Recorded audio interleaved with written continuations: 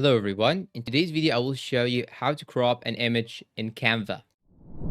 Down below in the description, I will leave a link so that you can create a Canva account and use it. Now, first, once you open your Canva account, you should go and click on the home just right here, then click on create a design. And now you'll have to choose the size or the type of the design. So I'll choose, for example, here, custom size. And here you should add the size that you need. I will make it 1920 by 1080. Then click on create new design. Once you have created the design, you'll now have to upload the image or anything that you want to crop. So to do that, you should navigate here to the left side. You can choose one of these images right here, or simply click on the uploads, then click on upload file and upload any image that you actually need. So here in my case, I'll use this image, for example. You just have to drag it like this. Then here you have it. You just have to click on it, then choose the option crop right here. And now we can crop it. If you want to crop it freely, just choose this option, free form, and now you can crop it like this. And if you want to use custom sizes, you can just click on them like so. You can also use the smart crop in order to crop it using the AI. But here in my case, I will select the free form and I will crop this section right here. After that, click on done.